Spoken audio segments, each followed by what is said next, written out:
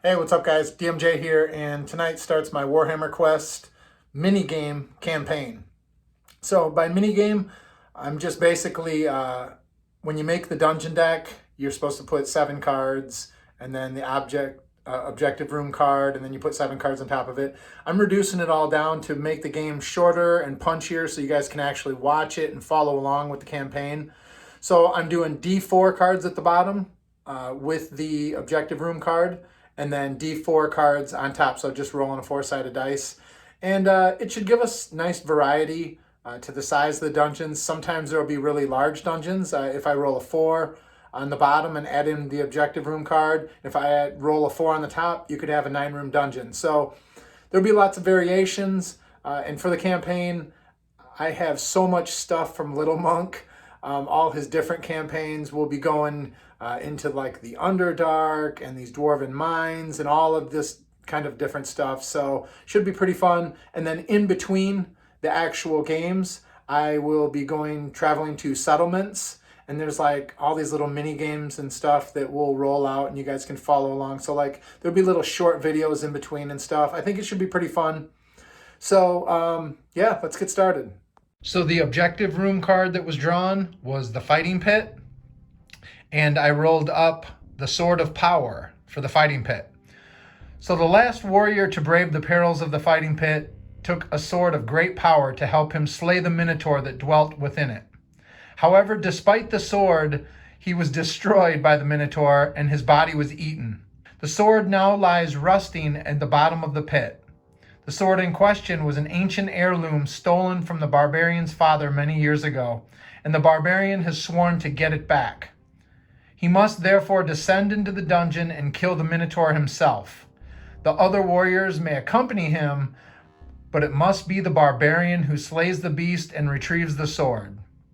The special rules go like this. It's a straightforward dungeon. The warriors must find the pit, and the barbarian must slay the minotaur who lives in it and reclaim his father's sword. The only problem is the barbarian doesn't want any help killing the minotaur, not even magic or missile weapons. So basically, I've got to fight this minotaur myself. Of course, this means the barbarian is the only warrior that will get any gold for killing the minotaur. If the barbarian manages to receive the sword while using it, he gets +1 to his rolls to go berserk for each fight. And then when we get to this actual room, then I'll read the special rules for the room. So the first room that was drawn from the deck is the Circle of Power. Shards of flickering unnatural green light pierce the darkness from within this room. It always triggers an event card. So here's the setup. And right when they come in, there is like this circle of power in the center of this room, or at one time, it was powerful. And so these guys, you can be anywhere you want in the room. And so I put my guys on the side of the room like this, going along with the fact of they probably don't want to walk into the center of this circle, so this makes the most sense. First off, we're going with a Dungeons and Dragons theme this time. That's more what I wanted to do for the campaign. So this here is the barbarian. His name is Thundarius or Thundarian. The past couple games that I've played, I've kind of called him both. Either. But that's Thundarius. Over here we have our elf. His name is Rapture, and that's based on one of my players who has used to play back in high school with me, but he passed away, and his elf was always named Rapture. So that's Rapture. In the far back here, we have our wizard, and his name is Lunarius, and that's one of the dragons from the Flight of Dragons cartoon. And then back here we have our dwarf, and you might have heard some of these names in some of my actual D&D campaigns from back in the day. But of course, if there's a dwarf, he's probably going to be Javen Runehouse. And this is our group. Power phase, let's get it started. 2. All right, let's see what our event is. D6 Goblin Spearmen and D6 Goblin Archers. Dang. All right, so how many Spearmen? 5. How many Archers? 3. So we'll mix up our tokens here and see who gets the extra Spearman. That would be Rapture. So here's our setup. The archers start as far away as possible. Rapture's got 2 on him and everybody else has got 1. Let's see if the barbarian goes berserk or crazy and hits one of his friends on a 1. Nope, he's good. Thunderian needs a 3 and he misses. That's a nice way to start things. Rapture pulls out his sword. He needs a 3. He misses. Lunarius whips out his sword. He needs a 4. Gets it. D6 plus 3 for his damage. Does 9 damage minus the toughness of this thing, which is 3. That is going to kill him. And he's actually, that's a death blow. So he's going to try to swing on this one right here and kind of show the barbarian up, show Thunderian up. He needs a 4. He gets it. Let's see what he does for damage. He kills that one too and just sort of looks over at the barbarian and smiles. Javen attacks that goblin. He needs a 3. Gets it. Rolls 2 for damage and takes the higher one. 6, he's going to wipe this one out as well. All right, these 2 attack Rapture. They need 4s. One of them hits. Whoa, gets 6 plus 3 is 9. Minus his toughness is 6 damage for Rapture. Rapture's gonna try to dodge on a 6. Nope. That drops Rapture to 3 health. See who doesn't get shot with a bow and arrow? That would be Rapture. Good. First bow shot against Thunderian. He needs a 3. Gets it. Thunderian takes 2 damage. Next one shoots Lunarius. He needs a 4. That's a hit. Let's go for some damage. Jeez. 3 takes 5 damage. And finally, the last one takes a shot at Javen. A hit. Let's go for some damage here. But his toughness is 5. 0 damage to Javen. Power phase. Roll a 1, of course. Since I'm already in combat here, I'm using Little Monk's Unexpected Combat Events table. Let's see, we get 2. As blood and sweat drip across their hand, the warrior's weapon slips from grip and clanks into the shadows out of sight. But before the dropped weapon even hits the floor, the warrior has already brandished a secondary one and continues to fight. One of the warriors who is armed must drop their primary weapon. They may use any other weapon on their person or fight unarmed. Their dropped weapon may be retrieved when there is no monsters on the board where they lost it. If the warrior is already unarmed, re-roll this result. Okay, let's see who drops their weapon. Come on, who is it? Rapture. So since Rapture's an elf, he can't be pinned, which means he can move away from these guys freely. And right now he has his sword. He was fighting with a sword, so he's going to drop the sword. And then on his next turn, he's just going to move away and pull out his bow and arrow. Okay, so Thunderian is going to move right here into the middle of everything. And if he can get some good rolls going, he might be able to clear out a lot of these guys. Let's see if he goes berserk. Nope. So he's going to start with that guy back there in the corner. He needs a 3. He gets it. Let's go for some damage. 3. That's going to kill him. On to the next one. He needs a 3. And he misses. Rapture's going to move back here, and he's going to take a shot at this dude. He needs a 3. Gets it. Let's go for some damage.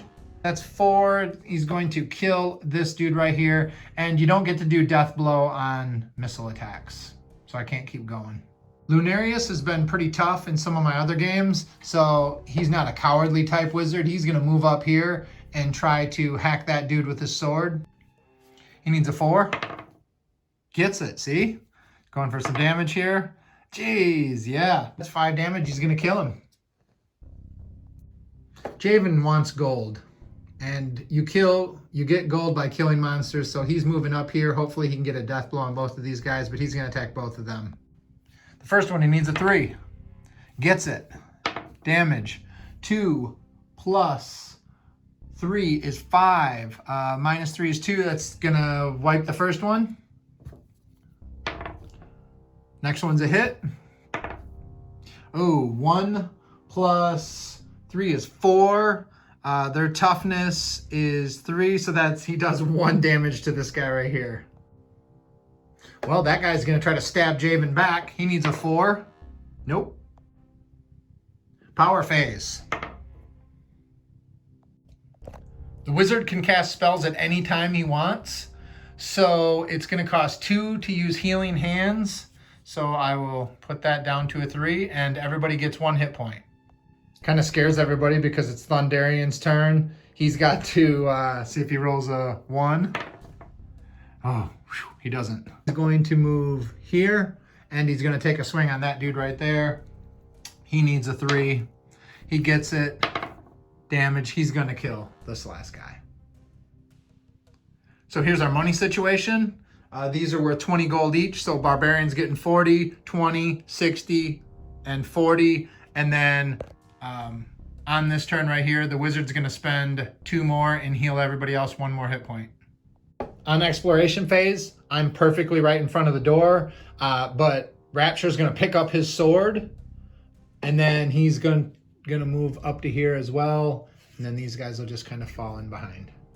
Let's see what our treasure card is for killing these guys. The Death Stone. The Death Stone is a small black crystal that seems to soak up light from the lantern, converting it into raw power. It acts as a source of power for the wizard. When casting a spell, he may use the Death Stone to increase his chance of success. Roll d6. On a 3 to 6, the spell may be cast with a 0 power instead of normal cost. On a 1 or 2, the spell fails and the wizard's power is lost for the turn. Okay, cool. Small mistake I just picked up. Down here, the goblin arrow guy, bow and arrow guys actually needed a 5 and I was rolling 4s. No biggie. Since the barbarian with the lantern is right by the door, exploration phase, torture chamber. By the flickering light of your lantern, you can make out a small, rough-hewn room. The torture chamber, power phase. Damn it. Okay, since we're not currently in combat with anyone, we use a card. We got some scorpions that come scuttling into the room. Maybe some of this stuff is being summoned by this magic circle, and all these scorpions just appear at our feet. The Scorpion Swarm is a special form of monster and its attack is resolved immediately. Randomly determine which warrior is attacked by the swarm. There's 12 scorpions in the swarm. They're very small, not represented by miniatures. Roll your warrior's normal damage dice, d6 plus strength, and see how many are killed. The rest do 1 damage each. Plus, each scorpion killed is worth 5 gold. Cool.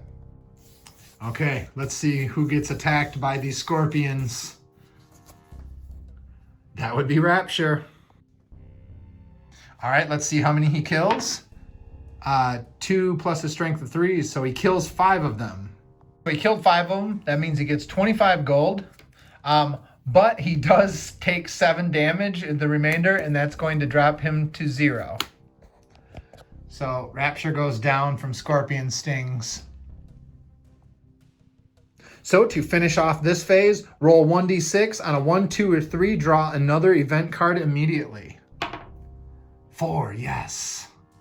So I'm pretty sure these equipment cards are kind of like spells. They can be used at any time. But since Rapture with the potion is down, just to make sure everything's 100% fair, I'm going to go ahead and spend this 1 point here and then one of his starting power points. So that'll put him to 5.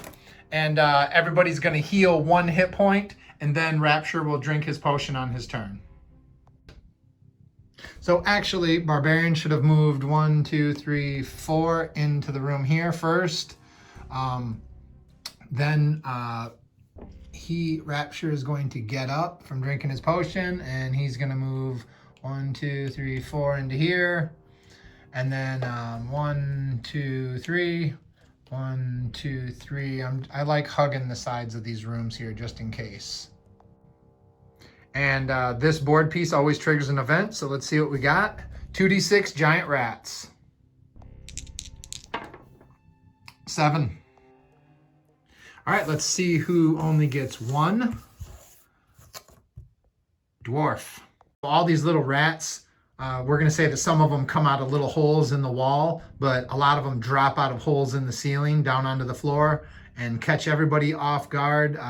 Javen only gets 1 rat. Let's take a look at the rat's special rules. They do 2 dice for damage plus their strength, so they've got a nasty little bite on them. But once they've bit you, you roll d6, and on 3+, you just kind of stomp them out, kill them. Power phase. Wizard gets a 5. Barbarian. Does he go berserk? Yes, he does. He gets 2 attacks. All right, Thunderian needs a 3. He misses with his first attack. Second attack misses, dude. You kinda are sucking. Rapture. Over there in the corner, you've got 2 of them on you. You need a 3. That's a hit. Let's see some damage. He kills the first one. He moves on to the second one. He needs a 3. Gets it. 1 plus 3 is 4. Minus the toughness of 3. Still does 1 damage and kills them both. He can actually move on to this next one over here by the wizard. Needs a 3. Gets it. He's going to kill that one as well. Kills 3 rats. That's 60 gold. Lunarius turns toward this rat. He needs a 4. He is a beast. See what he does for damage. Well, 1 plus 3 is 4. Minus their toughness. That's still enough. They only have 1 hit point to kill it.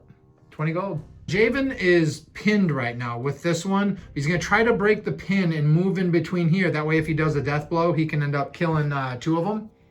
So he needs a 5+. He gets it. So Javen moves up to here, and he's going to attack the first one. He needs a 3. Gets it. Rolls 2 for damage dice. Takes the better one. He's going to kill the first one. Whoa. He's going to turn around and attack the second one. He needs a 3. Gets it. Roll 2 and take the better. He's going to kill the next one too. 40 gold. Rat is going to try to bite Thunderian. He does. Okay, so I roll 2 for damage dice, it said. Oh, good. 3 plus its strength. That's 5. His toughness is 4. Thunderian's going to take 1 damage, thus killing the rats. All right, let's see what our treasure is. Enchanted Shield. The surface of this shield gleams brightly as a mirror. Clouds roll across its surface and shards of light cut through the air around you as it moves. Cool. Each time your warrior is hit, he may try to absorb the blow. Roll d6. On a 5 or 6, the shield absorbs all damage. On a 1, it explodes, and your warrior takes 1d6 wounds. Wow, okay. I think I'm going to give it to our dwarf. Yeah, I think I'm going to give it to our dwarf. And so there's 20 gold, 60 gold for the elf, 20 for the wizard, and 40 for the dwarf. Unfortunately, I'm not standing by the door for exploration phase, so we have to move to the power phase again. Hopefully I don't roll a 1. Perfect. We move on to the warrior phase. Bam, bam, bam, bam. There we go. Exploration phase. Let's see what we got. A passageway. You're standing just inside a dank, dark expanse of corridor that disappears into the gloom. A passage here that goes down and then it cuts to the left. We're back to the power phase. Warrior phase. We're gonna go 1, 2, 3, 4. 1, 2, 3, 4. 1, 2, 3, 4. Wizard should have went first. 1, 2, 3, 4. Doesn't matter. Can't do the exploration phase. So we need to do another roll on the power phase. No, we're good. And then everybody's just going to move down this way. Like this. And on to the next exploration phase. See what we got. We got the Well of Doom. The stench of decay hangs heavy in the air, emanating from a bottomless shaft in the center of the room. Power phase. 6. We'll move right into the warrior phase. We'll go in 1, 2, 3, 4, just how I always do. 1, 2, 3, 4. 1, 2, 3. Want to stay away from that barbarian. 1, 2, 3. Yep. This is kind of our technique. We come in and we hug the sides of the room. And I'm sure there's going to be something in here because we got an event card. 2d6 Snotlings. In this game, these are going to be Kobolds. See how many? 4 of them. Wow. These things like to gang up on warriors, right? So according to the rules on the card, we need to pick a warrior and see who gets the most. Thunderian. Draw a warrior counter and place as many kobolds around it as you can. Repeat until they're all been placed. Okay, so Thunderian basically is going to get all of these kobolds. So they have a really cool way of using these miniatures, and D&D needs to pick up on stuff like this to make things a lot easier. But basically, all of these attack as a single creature, but there's pluses depending on how many there is. So for example, 4 kobolds, this makes a single strength 4 attack with +3 on the hit roll. So it's, you basically add +1 to their hit roll and increase their strength by 1 for each one. On the other hand, they're not too good at fighting. And another one of their special rules is these things don't attack in a phase right away. These things get to make an attack right now as soon as you place them on the board, and they need a 5. No, they miss. All right, so we're to the power phase. Wizard gets a 5. Let's see if the Barbarian gets 2 attacks on these guys. He doesn't. But I'm pretty sure he's going to wipe these guys out. But I don't know. He's had some pretty crappy rolls the past couple games. All he needs is a 2. Let's attack the first one. He needs a 2. He gets it. Yeah, he's going to kill the first one.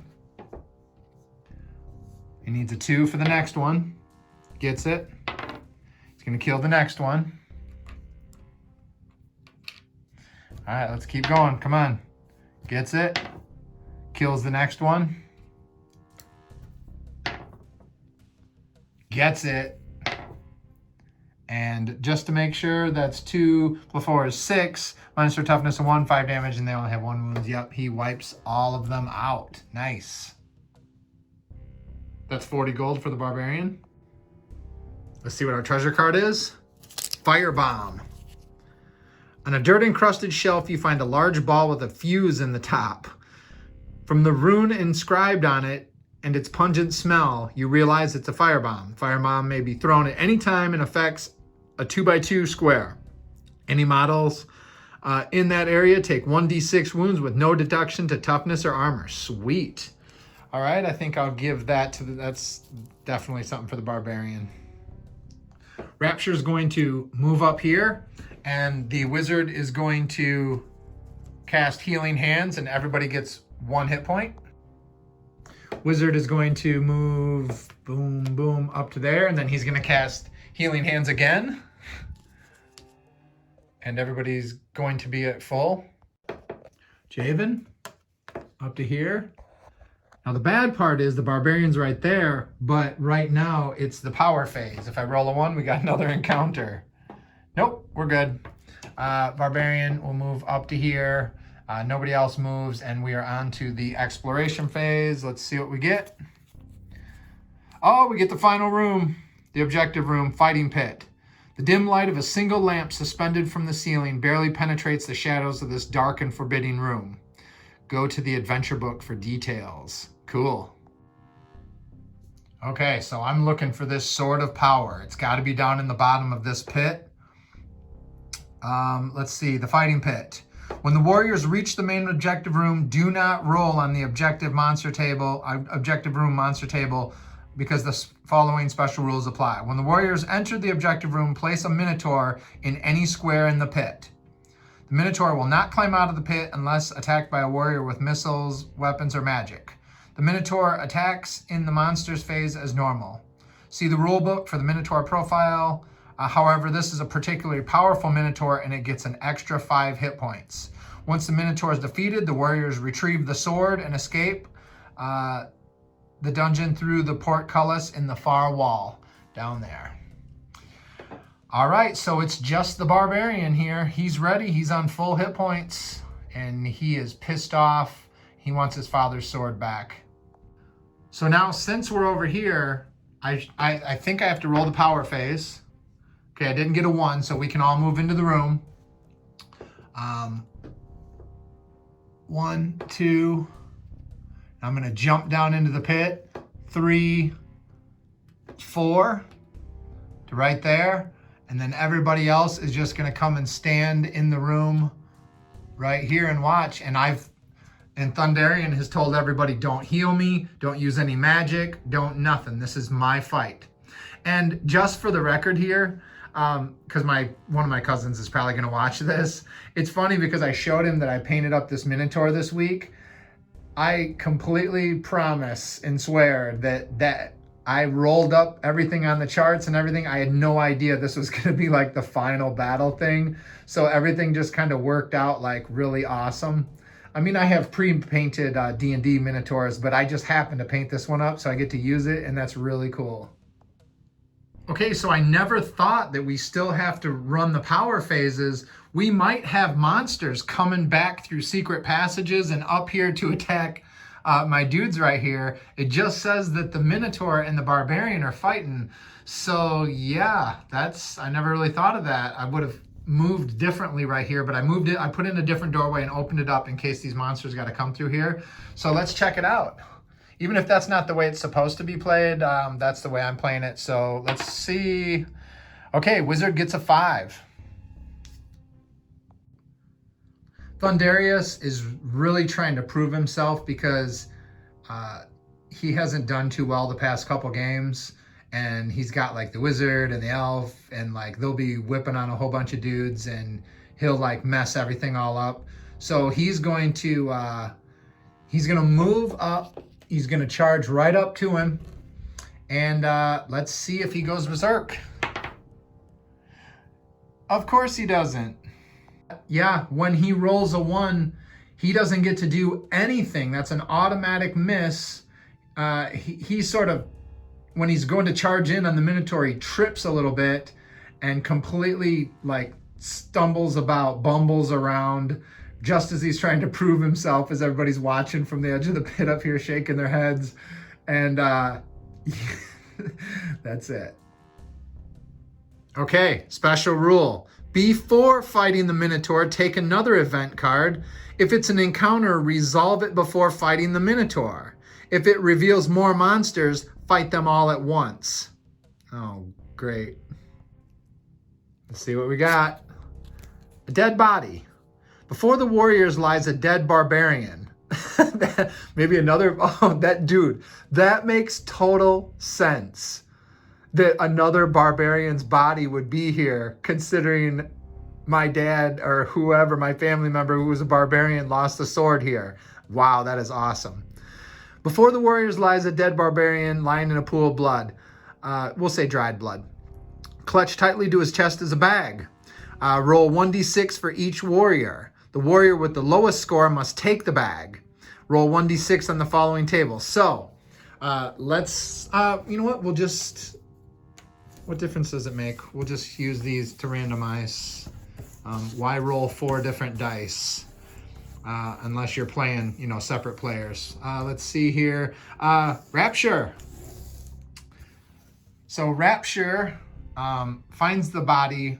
It could be down in the pit. It could be up here in the corner. It doesn't matter. But he finds a body with a bag. And let's see what he gets. He rolls a 5. 4 to 6 is treasure. The bag contains D6 times 100 gold. To be given to the warrior that took it. Let's see. He gets 300 gold. Unfortunately, draw another event card immediately. They're relentless. They won't stop until there's a ton of monsters trying to kill me. Old bones. Okay, what's this? The floor of this room is also littered with bones and skulls. Makes sense since the Minotaur is here killing everybody. With the glint of gold underneath. As the warriors collect the gold, roll d6. Okay. That's a 4. Each warrior on this board section finds 1d6 times 10 gold. Draw another event card immediately. I don't want to draw. They're making me draw until monsters come. So everybody's going to get 60 gold. Okay, so it's got to be monsters. They're just going to make me keep drawing until there's monsters. Oh, portcullis. That's kind of good. Once all the warriors have entered this board section, a portcullis slams shut behind them, cutting them off. They can only retrace their steps if they have the key. Place the portcullis marker across the doorway. I don't really care. Draw another event card immediately. I'm going to use a little common sense here and stop at 3 event cards per room. I think I'm going to implement that through the campaign because it just gets to the point of absurdity. And plus, there's a portcullis that slams shut here, so if any monsters do come, they wouldn't be able to get into the room. Now, you could argue that they come in from somewhere else or something, but let's get this battle on.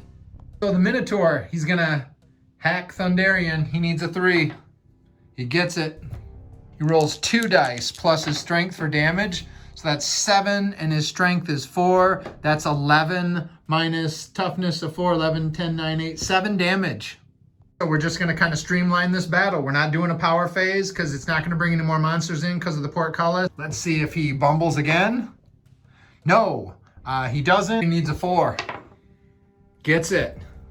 Let's go for some damage. 2 plus his strength is 6 of toughness of 4. So that's 2 damage to the Minotaur. Minotaur needs a 3.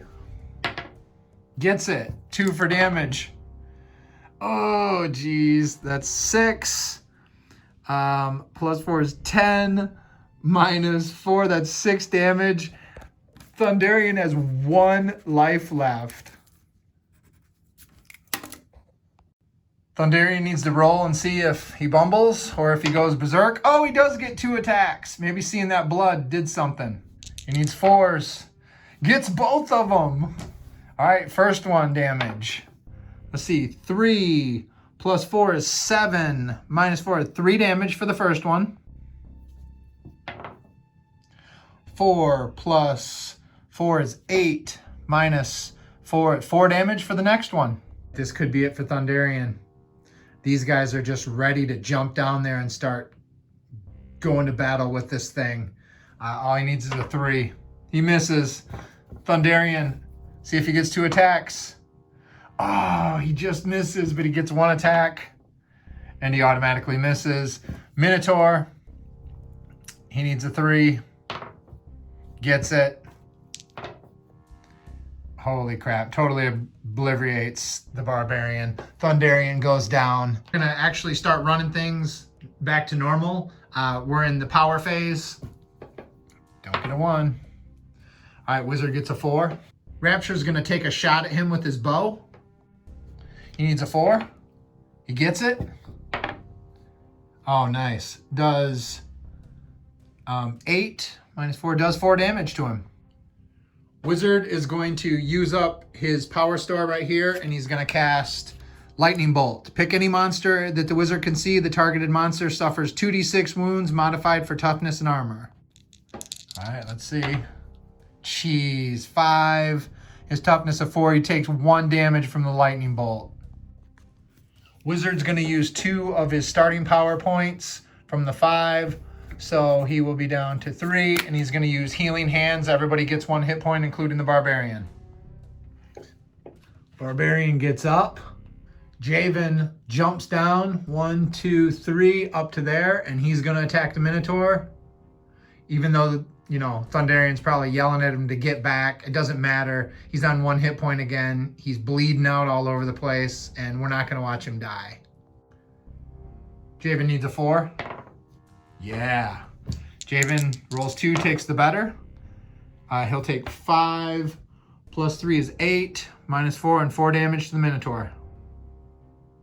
Minotaur's turn. Even. He'll attack Thunderian. Oh, he goes for Thunderian again. He's raging at him. He's going to make an attack. He needs a 3. He gets it. He rolls 2. Thunderian, Thunderian goes down again. Power phase. Wizard gets a 6. Rapture's going to take a shot. He needs a 4. Gets it. Automatic hit. That's 5 plus 3 is 8. That's another 4 damage. And the Minotaur takes an arrow to the eye and goes down. Wizard spends 2 points and casts Healing Hands. Gets the Barbarian up. who is incredibly disappointed in himself for just the clumsiness of this entire game and the last couple games, and he's starting to get really down on himself, and he sort of reaches down and to grab the sword, and then he just like pulls away like he's not worthy to take it, and then Javen picks it up and hands it to him, and they have like this moment of friendship.